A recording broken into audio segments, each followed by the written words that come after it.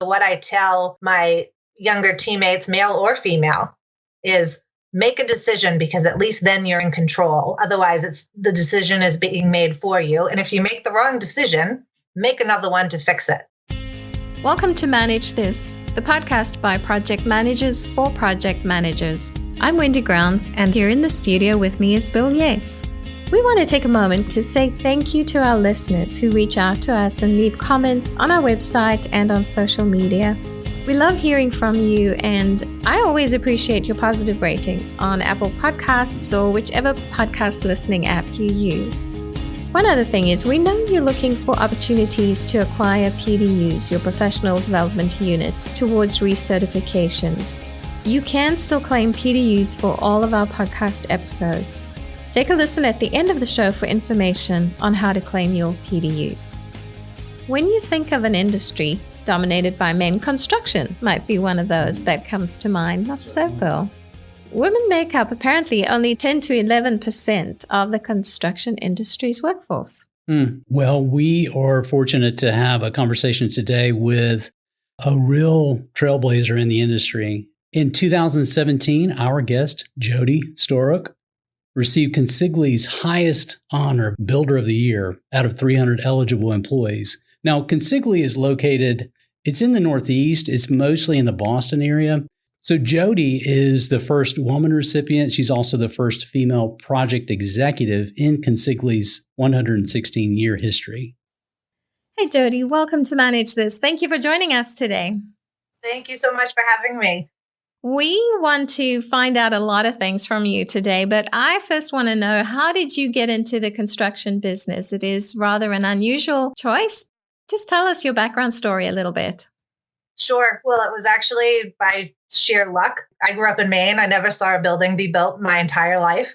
My mom was a math teacher, so if I got less than an A in math, I was grounded, which didn't seem very fair, because the worst I ever got was a B, but that's still how it worked. So I was good at math by necessity. And I also enjoyed, the sciences and stuff like that. And the only thing that led me down the road of engineering was a drafting class I took my senior year in high school. And in Maine, they have the University of Maine system, and UMaine-Orono has a really good engineering school. So I was going to go there because everybody goes to one of the UMaine schools. And I applied to Worcester Polytechnic Institute just to say I applied to two schools. And I got into both, and I said, all right, great, I'm going to go to UMaine. And my parents said, great, you're going to live at home. And I said, WPI it is. That made the decision. Yeah. And, years later, once I set up college accounts for my girls, come to find out they really Miyagi'd me into that decision because it was cheaper for them to send me to WPI, which was a predominantly male school, because of the money I was receiving from them, than it was UMaine. So they kind of reverse psychologied me. Then when I got there, I was studying civil engineering and I was going to do structural engineering. But I had one advisor who said, have you ever thought about construction project management? I said, no, I have no idea what that is. And he said, I think you'd be really good at it because you're really good with people. And I just kind of took that very naively and said, okay. And I ended up staying at WPI for my master's degree. They do a 5-year BSMS program, and worked with him on my thesis. Got introduced to Consigli at a job fair, and then ended up working with them right out of the gate. And almost 18 years later, here I am. But I walked in day one not knowing anything, and actually lucked out quite a bit that, one, it's something I really enjoy, and two, come to find out I'm relatively good at it. That's amazing. And what has kind of been the reality for you as a woman? I think you were the first woman project manager that they'd had. So I wasn't the first project manager. There were two, I think, ahead of me by the time I was promoted to project manager back in, I don't know, maybe 2006. But I was the first female executive. And it was interesting because it took Anthony Consigli about a year to get me to say yes, because when he approached me with it, my girls had just turned 2 and 4. So I was in the heat of it. I was busy. My husband's a firefighter, so I'm working around a rotating schedule. And frankly, what I told him, I said, Anthony, I come to work to feel confident and in control. I said, and I don't really know anything about the executive position and what they do because I never really interacted with them because I just ran my projects. And if I needed them, I'd call maybe, a half a dozen times a year. Other than that, I was on my own island and said, leave me alone. I'm good. The 3 reasons he gave me at the time were, 1, you've been here a really long time. I think you deserve, this position. He said, 2, I think you'd have a greater impact on the company because you'd get to interact with more people and more teams than you do on your individual job sites. And he said, 3 is actually rather selfish, but to me, it was my favorite one. He said, I really need the women of this organization to know that they have a place to go. I really, really loved that. It still took him a year after that because I said, well, I need to understand a little bit more about what they do and what my role would be. And, he said, well, if you don't like it, you can always go back to running projects. And I said, Anthony, you're asking me to be the first female executive of the company, which means it can't fail. I said, because whether it's my decision or not, it will never be viewed that way. And I don't want to send that message to the younger women in the company. So it took about a year for me to get on board and be comfortable enough with it that I knew it was the right thing. And now it's been about 3.5 years. And I feel like I'm kind of gaining my stride and understanding it and doing some really good and fun things with my teams and the company. And I'm really enjoying myself. You've had a phenomenal career there. Thank you for sharing some of that background too. And I'm sure for some listeners, just that sense of, okay, I'm kind of going first into this position or at this level. I'm sure there are many that can relate to that sense of, okay, this is more than just a job. I've got some responsibilities kind of beyond me. And I don't want to let myself down. I don't want to let the company down or those that work with me. So that's powerful.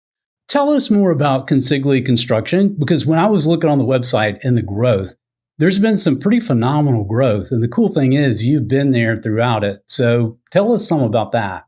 Yeah. So when I started, it was probably maybe a little over 100 people, including our field staff.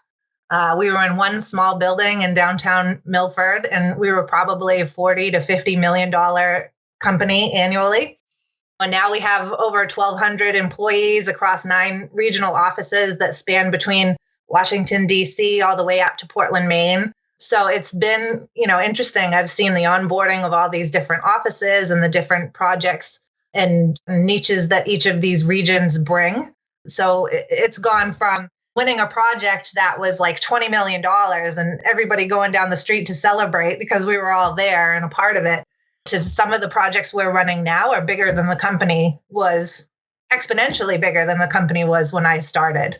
But we've stayed true to what we hold important, being genuine builders, having that self-perform aspect. We've kept increasing our self-perform labor force, so we're still doing the masonry. We have masons, carpenters, and laborers. So that has never changed. We still do the same type of work, a lot of academic work, healthcare, life sciences, and the restoration, which has never changed. But we've been able to expand that a little more, especially as we've gone into, the cities like Boston with the multifamily residential or some of the corporate developer work. But yeah, we still like to be able to try and pick our projects within those niches that we find ourselves successful at and that we enjoy building. It's amazing to me. I mean, here's a company that's in New York, it's in Boston, it's in smaller areas in Maine and outlying states as well, but it's in the Northeast, yet the company has still maintained a strong culture throughout all this growth. What do you attribute that to? Part of it is you guys are staying true to what you do in terms of the different disciplines that you bring into it. What are some other tricks that you think the company could share with other companies to maintain culture like that? Yeah, because we've worked really, really hard at that over the 18 years. And to me, it still feels like the same place as 18 years ago. And we really tried to make the new people coming in feel the same, but it's focused on our core values. Like I said, that passion for building a culture of accountability and the focus on raving fans. Anthony had rolled out the raving fans piece as a focus at the annual meeting the year I started and has never wavered from that. We want people to be raving fans of our work, to be talking to other people in the industry about what we do and that they enjoy working with us and that we make it an enjoyable experience. And part of that too is just valuing our biggest asset and what we see as our biggest asset, which is our people. Making sure they feel supported, trained, whether they are coming in right out of college or are a seasoned, industry veteran, and bringing them on board and teaching them the Consigli way. And we try to embed, those success stories of the things that we find as non-negotiables for how we run projects, and to display that to them for what we see as the Consigli culture. That being said, we also don't want our management to be one size fits all.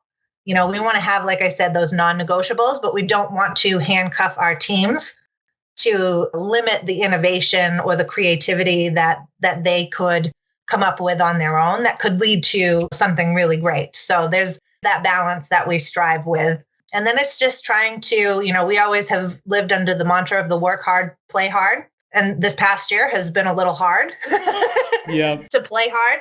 But just being able to have that social aspect, whether it's regional offices getting together for cookouts or doing some of the community events that we have through the Consigli Foundation. Last week, we just had the Building Worcester. We've been building playgrounds in Worcester for the past decade. Just those different types of opportunities that we're able to do and get together that aren't necessarily project related. Talking about raving fans, I think you probably have some raving fans from a project that you've recently worked on, the YWCA Central Massachusetts renovation. Can you just tell us about the requirements and the scope of this project? So the YW's facility was built in the 60s, and it had only ever been renovated once in the 90s. So it was in dire need of repairs and upgrades, but obviously being a nonprofit, they had some constraints from a budgetary standpoint. And in order to bring up a facility like that to current codes, there was a significant amount of work that had to happen. And we had to prioritize, the dollars based on what they had received in terms of grants and tax rebates and things like that, and fundraising to say, okay, this is how much we have to spend to bring the building up to code. And then there's this amount left to be able to spend on refreshing and upgrades. So a lot of it was infrastructure work that unfortunately will never be seen. An entire new HVAC system, all new electrical, fire protection, plumbing, all brand new. But then we were able to get in some aesthetic pieces of things that were falling apart, brand new windows, which made a huge difference. And then, of course, on top of that, it was 100% occupied the entire time we were there. Did you just say that it was 100% occupied the entire time you guys are doing this project? Yes. So we had to sequence people around the building and only take certain chunks. And that in and of itself took a lot of the dollars just to be able to make that happen. I mean, you think about renovating plumbing systems. Well, plumbing systems are gravity. So we had to work from the bottom up because everything flows down. And there were definitely nuances surrounding that made it difficult for them. So during pre-construction, we probably resequenced that job at least a dozen times about who we could move where and how we could get into other spaces earlier. And we leveraged relationships in the city of Worcester with local colleges because there's a residential component. They have 2 floors of residences to be able to send them to one of the local universities over the summer to be able to renovate those spaces in 12 weeks instead of the 6 months that originally we had in the schedule because we had to do it 4 rooms at a time. So we could take all the rooms at a time and cut 4 months out of just that section. A quick follow-up question on this, Jody. I'm real familiar with YMCA and YWCA. I've served on a YMCA board here in Atlanta, and I was blown away by the number of services that they provide to the community. When I got on the board, it's like my eyes opened up to just so much more that they did. So you've hit on some of those, but for those who are not as familiar with the YWCA, describe your customer a bit further. They have a housing component. What are some of the other services they had? They had 2 floors of housing for women that needed that, whether victims of domestic violence or just down on their luck that needed a place to stay. So I think before they were housing 37 women, and we added capacity to that so they could be able to serve more women in the community. The YWs and the YMCAs are known for their fitness center and, exercise facilities. So they certainly had that with their pool and their fitness center. They had a large childcare component. They have a big program there for that. And then they also run programs for domestic violence support and services, and another one called Women's Economic Empowerment, just to teach women how to support themselves financially and get on their feet. Quite the wide range of services. What was unique about how you petitioned to win the bid for this project? So what was interesting is about maybe even a month after I was promoted to project executive, they had approached us to help them put together some preliminary estimates so they could apply for all their grants and secure their funding. So we had volunteered our services just to work on that. And I've done a lot of work in and around Worcester because I've been here for the last 20 plus years. So I got assigned that to kind of help with those preliminary estimates.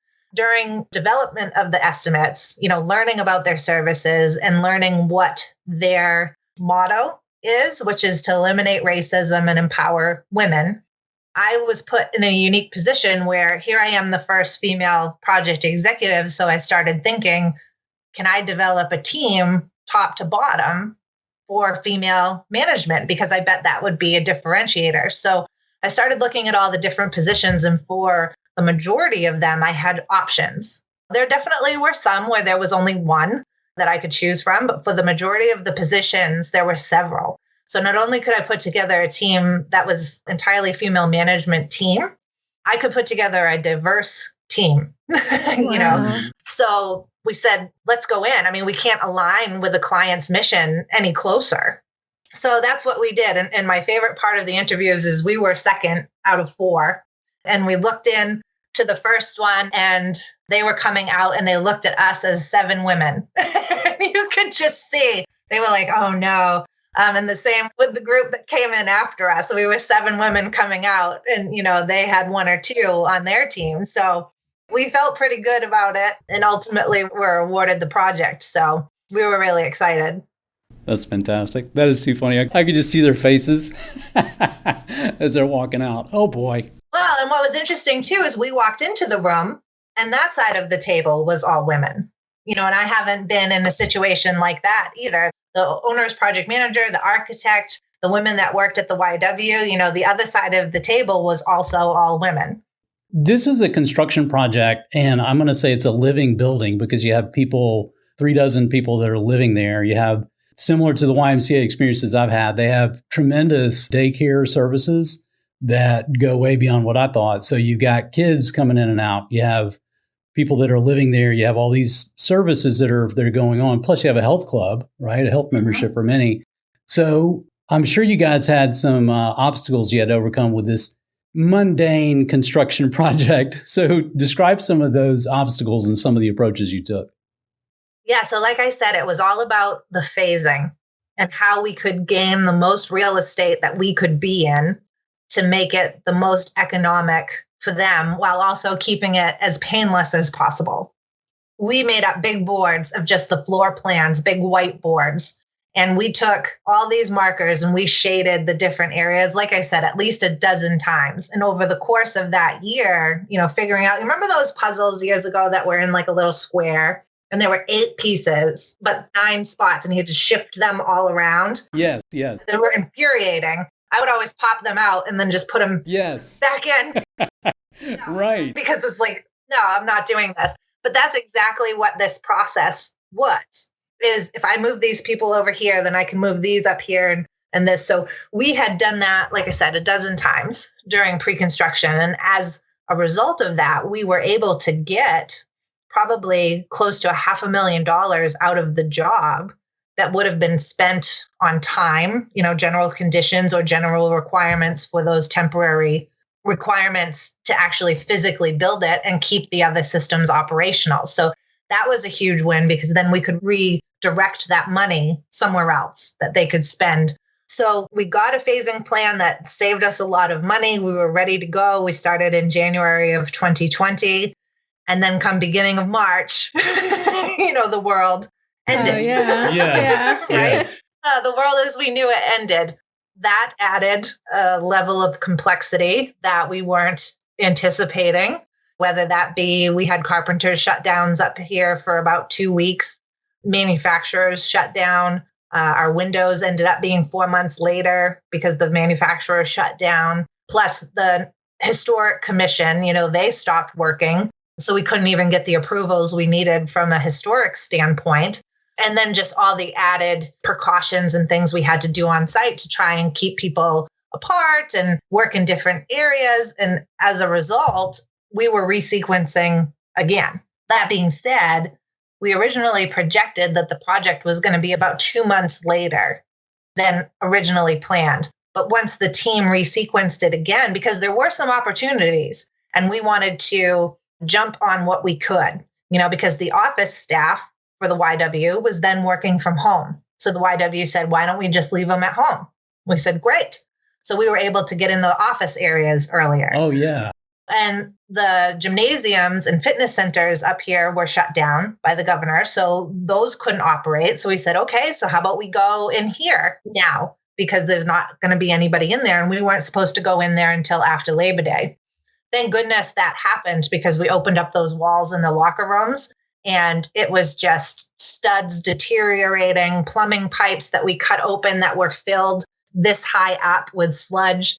We found a lot of stuff in those areas that we ended up being in that space, 2 times as long as we thought. So that was a blessing in disguise. So we tried to make it work as much as we could. We took the opportunities that the pandemic gave us to help offset the things that slowed us down. So we ended up finishing within 2 weeks of the original end date.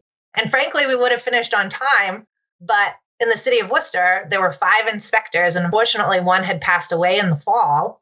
And then 3 of the other ones got COVID. And so they were all out. So they were down to 1 inspector. And it was taking 10 days to schedule inspections because the poor guy was by himself. And at that point, it was just kind of, what are you going to do? We worked on punch list and got other things done that we could. And it was just the paperwork side of things. We were this close to finishing at the same time.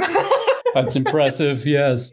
Looking at it retrospectively, can you describe what was the unique perspective that a woman-led team would bring to a construction project? Yeah, it was interesting. It was just a different vibe. They connected with the client, I think, a lot deeper. They got really aligned with what the mission was and what was going on because we had our own mission, right? Like we felt like we had something to prove. We were all in. They listened to what the client was trying to do. We knew that we were inconveniencing them, but they tried as best as they could to minimize those inconveniences. The first area that we renovated was the childcare. So the children were everywhere. But we knew they ranged from the little ones, like the infants, up through preschool. And our PM in one of the meetings asked them, what time is nap time? Because if we can, we'll work around that and try not to be jackhammering the slab during nap time. And I just kind of sat back and was like, that was a great question. Because I had 2 young kids and I'm like, yeah, that would tick me off if there's jackhammering going on and they wake up those babies. Don't wake up the babies. Yeah. But ultimately we never really heard much of complaints from the users of the building. I think collectively, everybody just had the end goal in mind. So they were willing to go through a little discomfort and inconvenience to get to the end. And they just kept looking down the road. And as I walked in that trailer, those women on our team had every right to be defeated, frustrated. Every time we turned around, there was something, whether pandemic related. Like I said, we opened walls and you're just like, what is this? So there was a lot of work that just we couldn't get in to see the extent of what it was going to be ahead of time because it was all buried behind CMU walls. So to then have to deal with that. So there was a lot of changes that the design team helped work through really quickly once things were uncovered. But it ended up making us really reactionary, which is not a place that we like to live. But it was a necessary evil of this project. And they still just owned it. They kept pushing forward and you never walked in that trailer and just felt down. They were just pushing and pushing and pushing. And I've been on jobs where at the end, it's tough and attitudes can get tough and emotions are running high. And this job had every reason to be that. And it wasn't. And the only thing I can think of is just based on the people that were out there leading it. One of the things I wanted to ask you about, Jody, is related to communication. And you've already said a key word that I don't, this is going to sound punny, but I don't hear it often enough. And the word is listen. You said you felt like one of the successes of your team was how well they listened to the customer. I think that's a trait that we often overlook. I think for many of us, you grow up in a consulting world or a SME expectation where you got to have the answers. And I think as I've gotten, let's say, more seasoned in life, I've started appreciating more those who can come into an environment and ask the right questions and then make notes on those and then come back later and ask deeper questions. So they're really going deeper with the client, understanding their needs. But a lot of that revolves around the bigger issue of communication. What were some of the communication approaches that you guys took? Because like you said, you've got some of your key stakeholders where you thought you'd be face-to-face with the client and they're at home, right? There's the pandemic. And maybe even your own resources, some of the contractors that you would normally work with, you just don't have accessibility. So how did you guys overcome some of those communication barriers? Sure. I mean, there were a lot of FaceTime calls in the field of things like, hey, look at this, because we needed you to see it because the architects weren't coming out at the beginning because of the same thing. I mean, even internally, we sent our PM staff home. So it was just the supers and the assistant supers on site because we thought if people go down and get sick, we need other people to be able to backfeed them. So the probably was about 2 months that our PM and our project engineer were at home while our assistant super and super were on site. So even just making sure that they were communicating, right? We had our weekly team meetings over Teams that were all physically looking at each other and staying in contact. The team did a great job in putting together weekly updates for the YW so that they could pass it along to their user groups to be like, this is where we're working this week. This is what you're going to hear. This is what you're going to see. This is what you're going to smell. Those type of things so that they would be prepared for it. So they would put together those communications. And I mean, this job was fortunate enough that we had all been working together for, like I said, the 18 months ahead of time. So we had those relationships developed. That being on a computer screen versus in person, I never saw anybody skip a beat. It was just, this is how we communicate now. We can use all the systems that we have to send the documents back and forth collaboratively. And like I said, if someone needed to see something, it was either photos or video chats in the field so that people could see it. And we just kind of did what we had to do.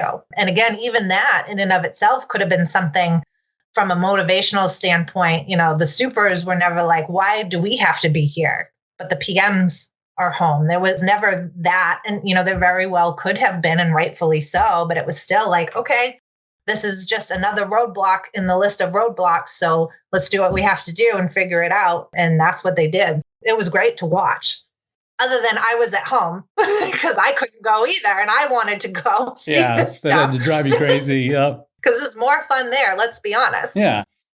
Do you see signs that the construction industry is changing and starting to evolve a bit in terms of women-led teams?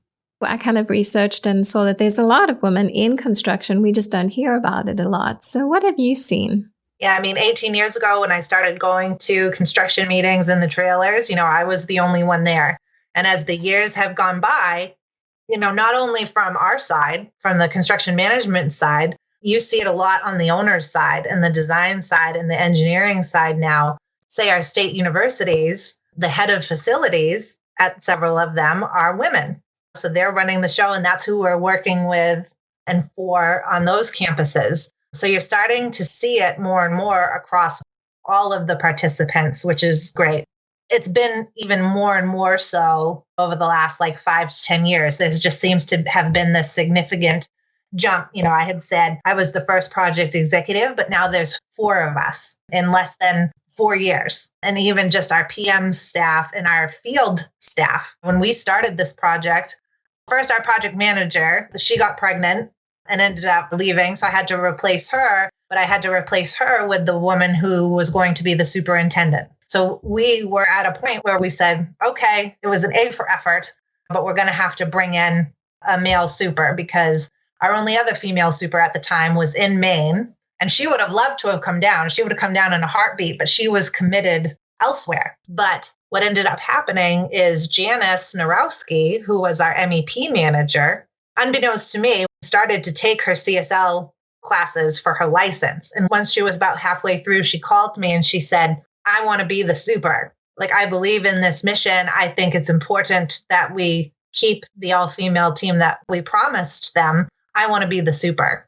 And I was blown away and also kind of mad because I was like, that's a brilliant idea. Why didn't I think of that? Because the job was very mechanically heavy and she had been into the weeds on it for the last year. So if ever there was going to be a job to make the leap, this was it. And I've known Janice since college, so for 22 years now, and that woman has never failed at anything that she's put her mind to. So I was all for it. Not only was I all for it, I talked to the director of field ops and he said, absolutely. Anthony and Matthew said, absolutely. And the client didn't even hesitate.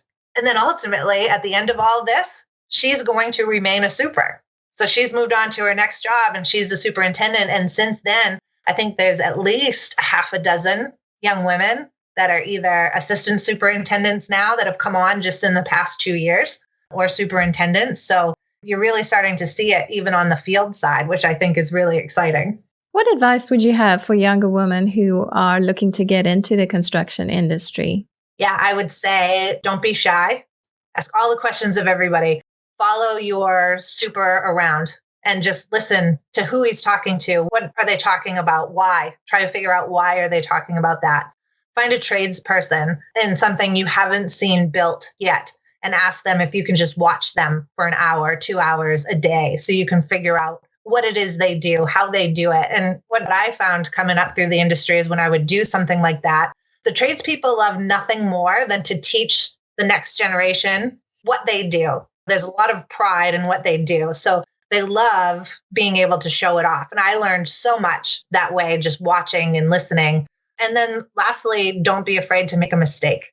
I see a lot of the young people coming in that just won't make a decision because they're afraid to make a mistake, which by default is deciding not to do anything. So what I tell my younger teammates, male or female, is make a decision because at least then you're in control. Otherwise, the decision is being made for you. And if you make the wrong decision, make another one to fix it. So there's always another option to fix it. I've made plenty of mistakes over the 18 years, but it hasn't been my lack of willingness just to pick something and go, because we don't have a lot of the answer some of the times. You just got to take the information you have and say, all right, let's try this. That's right. And see what happens. Jody, how can the industry help when we think of what could be done to create more career advancement opportunities for women and for men in the construction industry? What is a way that the industry can attract more women to the world of construction? We talked about how we have seen more women in the industry, but I still think we need to do more. Like I said, I've very inorganically landed here. I lucked out. I had no idea what I was getting into. I walked in day one. I could draw you the exact outfit I wore on the first day. It was this patchwork jean skirt with a light yellow shirt with a white collar, a blue necklace, and these brown sandals. And I'll never forget it because they ended up wanting to take me to a job site on my first day, and they had to sneak me in the back because I was not dressed appropriately. So I definitely had zero clue what I was getting into. And I remember spending my entire first summer just writing down all these words and then asking people, what does roughing in mean? Or what is blocking? I remember asking my superintendent, I don't know what these things are. So just to me, one of the things, and now having 2 little girls, they can see me and they know what all the equipment is. They can tell you between an excavator or a skid steer or a backhoe. And my husband helps with that too. So they'll be exposed to it so that if it's something that they want to go into, great. But one of the things that I've tried to do is get involved with the organizations that are going to teach young girls or just young children in general about the industry and all the different facets of it, because it's expansive. There are a lot of different parts to the industry, and just making sure that the young people know that it exists as an option. Because I didn't know it was an option. So I spend a lot of time trying to do that. And I think particularly in the industry as a whole, we're facing a shortage as it is, even in the trades. So even if we can get people to go into the trades by telling them, this is out there, I think that's really, really important. If our listeners have questions for you, how can they reach out to you? I think probably the easiest way is searching for me on LinkedIn, just Jody Staruk, project executive at Consigli on LinkedIn, or you can always go to the Consigli website, just www.consigli.com. Thank you so much for sharing about not just the project, but your organization and your growth within it. And it's so inspiring. I know to any project manager, male, female, doesn't matter. This is an inspiring story. And especially for those who are looking at an industry and saying, you know what, I don't think this industry is cut out for me. I'm interested in it, but I'm not sure that I'll fit. Yes, you can. You can get out there. Yeah, and we deeply appreciate that. Yeah, thank you so much. Thank you so much for having me. This is fun. And I will tell this story to anybody who wants to listen, because I'm so proud of what these women accomplished, and being able to watch it and watch them succeed was amazing. That's it for us here on Manage This. Thank you for joining us today. You can visit us at velociteach.com, where you can also subscribe to this podcast and see a complete transcript of the show. And you just earned some professional development units by listening to this podcast. To claim them, go to velociteach.com, choose Manage This Podcast from the top of the page, and click the button that says Claim PDUs, and follow through the steps. Until next time, keep calm and manage this.